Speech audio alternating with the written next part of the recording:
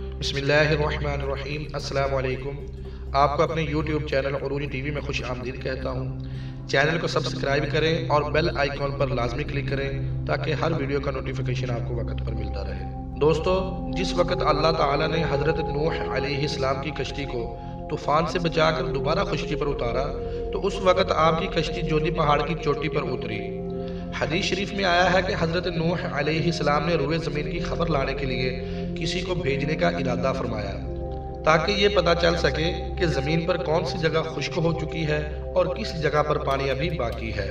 تو سب سے پہلے مرغی نے کہا کہ میں روئے زمین کی خبر لاؤں گی، تو حضرت نوح علیہ السلام نے اس کو پکڑ لیا اور اس کے بازوؤں پر مہر لگا کر فرمایا کہ تجھ پر میری مہر ہے، تو پرند ہوتے ہوئے بھی لمبی اڑان نہ اڑ سکے گی اور میری امت تجھ سے فائدہ اٹھائے گی۔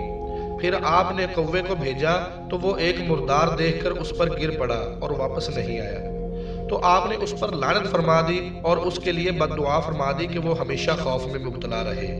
اسی بد دعا کا اثر ہے کہ اگر آج بھی آپ کوے کی طرف انگلی کر دیں یا ذرا سا زمین کی طرف جھکیں تو کوا فوراً بھاگ کھڑا ہوتا ہے۔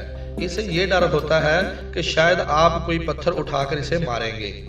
پھر حضرت نوح علیہ السلام نے زمین کی خبر لینے کے لیے کبوتر کو بھیجا تو وہ زمین پر نہیں اترا بلکہ ملک سبا میں داخل ہو گیا اور وہاں سے زیتون کی ایک پتی چونچ میں لے کر آ گیا۔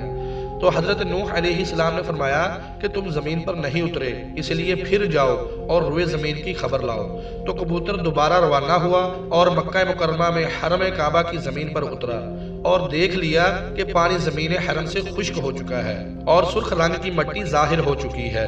کبوتر کے دونوں پاؤں حرم کعبہ کی زمین پر اترنے کی وجہ سے سرخ مٹی سے رنگین ہو گئے اور وہ اسی حالت میں حضرت نوح علیہ السلام کے پاس واپس آ گیا اور عرض کرنے لگا کہ اے اللہ عز و جل کے پیارے نبی علیہ السلام، آپ میرے گلے میں ایک خوبصورت توق یعنی ایک خوبصورت ہار عطا فرمائیے اور میرے پاؤں میں سرخ خضاب مرحمت فرمائیے اور مجھے زمین حرم میں رہنے کا شرف عطا فرمائیے۔ چنانچہ حضرت نوح علیہ السلام نے کبوتر کے سر پر دست شفقت پھیرا اور اس کے لیے یہ دعا فرما دی کہ اس کے گلے میں دھاری کا ایک خوبصورت ہار پڑا رہے اور اس کے پاؤں سرخ ہو جائیں اور اس کی نسل میں خیر و برکت رہے اور اس کو حرم کی زمین میں رہنے کا شرف ملے۔ حضرت نوح علیہ السلام کی اسی دعا کی برکت ہے کہ کبوتر کے پاؤں بہت پیارے اور خوبصورت سرخ رنگ میں نظر آتے ہیں اور اس کی گردن پر بہت ہی پیارے کلر کا ہار جیسا ایک دائرہ بنا ہوتا ہے جس سے کبوتر کے حسن میں اور بھی چار چاند لگ جاتے ہیں۔ اور اسی دعائے نوح علیہ السلام کی برکت ہے کہ آج بھی بڑی تعداد میں حرم کعبہ کی سرزمین پر کبوتر نظر آتے ہیں۔ اسی کے ساتھ اپنے ہوسٹ حافظ محمد بلال کو اجازت دیجیے۔ اللہ حافظ۔